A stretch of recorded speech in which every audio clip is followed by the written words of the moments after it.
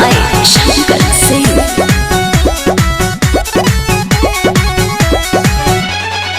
कादोनी गजुर मजुर फोनवे में बोलता डरता करे जाई मन हमर डोलता। हे देवर जी देखी ना कादोनी गजुर मजुर फोनवे में बोलता डरता करे जाई मन हमर डोलता। तने धराइबू तो हम देखें।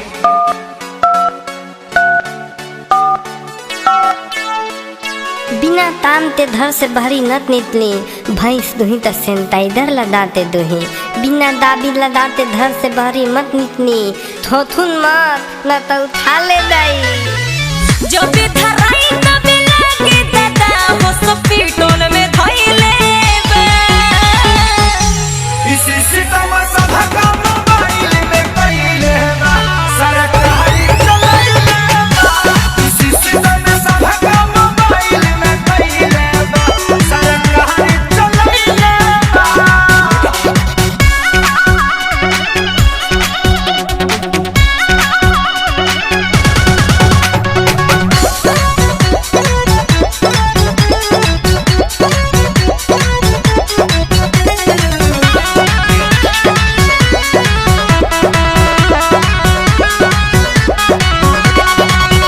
कोइले बातों गई तो नदिया के बेटा हमके मरद से मिलन देता।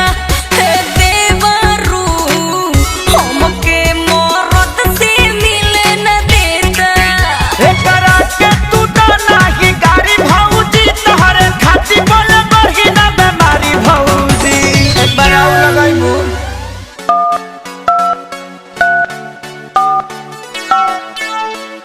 कोविड-19 से बचे के लिए आहा सब घरे में रहू सरकार का निर्देश का पालन करो दिन में भर दिन साबुन सरफ से हाथ धो गरम गरम पानी पियो और हाथ में सैनिटाइजर लगाओ। सटे ना देता के होके लगे सबके जहु आइले बा। इसी सितम सब काम मोबाइल में कइले बा सरकारी चलाइले बा। इसी सितम सब काम मोबाइल में कइले बा सरकारी चलाइले बा।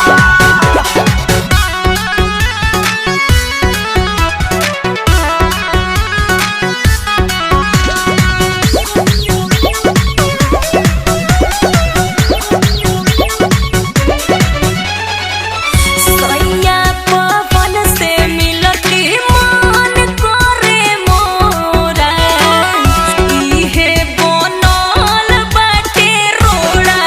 ए देवर जी इहे बनल बाटे रोड़ा। कहतानी जनरेशन कर थोड़ा भौजी भैया आ जाई है धाली हमकोरा भौजी। लास्ट एक बार आउ लगाओ तो।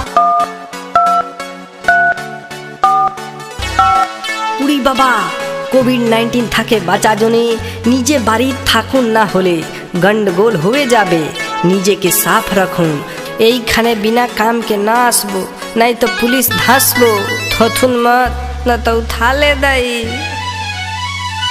एही से लागे कनक सरिया तो बज गइले बा। इसी सितम